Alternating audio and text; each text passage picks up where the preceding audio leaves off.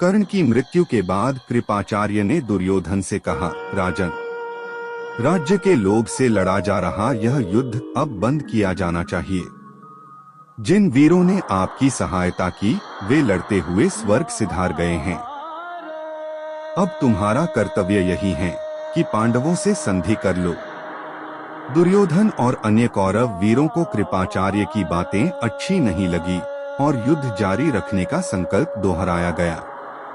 सबकी सलाह पर दुर्योधन ने मद्रराज शल्य को सेनापति नियुक्त किया। अन्य कौरव वीरों की तरह शल्य भी बड़ा पराक्रमी योद्धा था। आज पांडवों की तरफ से महाराज युधिष्ठिर स्वयं मोर्चा संभाल रहे थे। शल्य पर उन्होंने स्वयं आक्रमण किया और प्रचंड वेग से टूट पड़े। दोनों के बीच भीषण संग्राम होता रहा।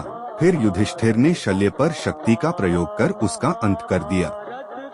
एक अन्य मोर्चे पर भीम के साथ दुर्योधन के सेठ बचे भाई लड़ रहे थे। भीम ने एक एक कर सबका वध कर दिया। सभी धृतराष्ट्र पुत्रों को मारने की उसकी प्रतिज्ञा में अब केवल दुर्योधन ही बच रहा था। सहदेव और शकुनी आपस में भिड़े हुए थे। अनर्थ की जड़ शकुनी को सहदेव ने वध कर दिया। इस प्रकार कौरव सेना के सारे वीर कुरुक्षेत्र की भूमि पर सदा के लिए सो गए। अकेला दुर्योधन जीवित बचा था। अब उसके पास न तो सेना थी और न रथ। घायल और थका हुआ दुर्योधन पास ही के तालाब में जल चिकित्सा के लिए घुसकर बैठ गया। उधर दूसरे दिन जब युद्ध भूमि में दुर्योधन दिखाई नहीं दिया तो युधिष्ठिर और उनके भाई उसे खोजते हुए उसी जलाशय पर जा पहुँचे जहाँ वह छिपा बैठा था। श्री कृष्ण भी उनके साथ थे। सबको पता चल गया था कि दुर्योधन जलाशय में छुपा हुआ है। युधिष्ठिर ने उसे ललकारा और बोले, दुर्योधन अपने कुटुंब और वंश का नाश करने के बाद अब जल में छिपकर प्राण बचाना चाहते हो। तुम्हारे दंभ और आत्माभिमान का क्या हुआ? बाहर निकलो और क्षत्रियोचित ढंग से युद्ध करो। यह सुन दुर्योधन ने व्यथित होकर कहा, मैं प्राणों के डर से यहाँ नहीं छिपा हूँ। शरीर की थकान मिटाने को ही ठंडे जल में विश्राम कर रहा हूँ। मेरे सभी संगे साथी और बंधु बांधव मारे जा चुके हैं। अब मैं बिल्कुल अकेला हूँ। राज्य सुख का मुझे लोभ नहीं रहा। यह सारा राज्य अब तुम्हारा ही है। निश्चिंत होकर तुम ही इसका उपभोग करो।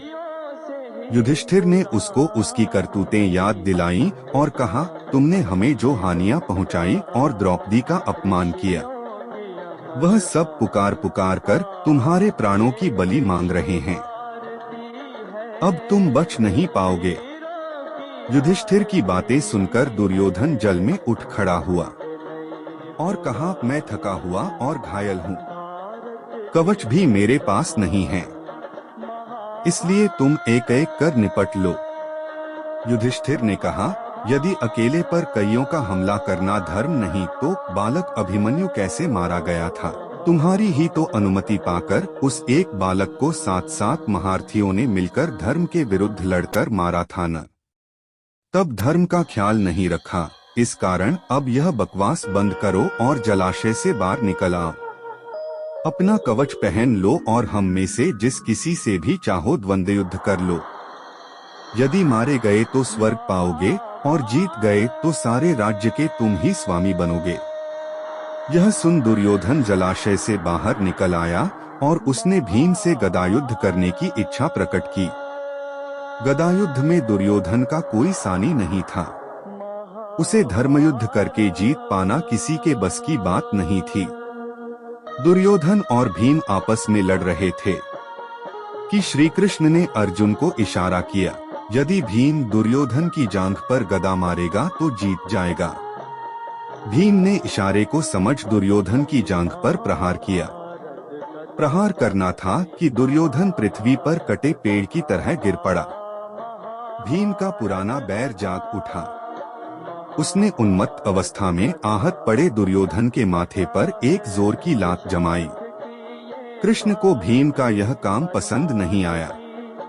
उन्होंने कहा, दुर्योधन एक राजा है और हमारे ही कुल का है।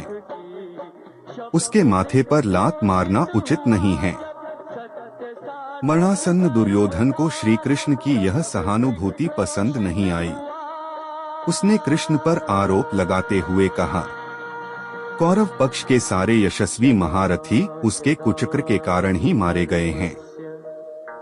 वह स्वयं भी मरने वाला है। कुछ ही देर में चील कौवे भी मेरे माथे पर अपनी लातें रखने ही वाले हैं। फिर भीम ने उस पर प्रहार कर दिया तो क्या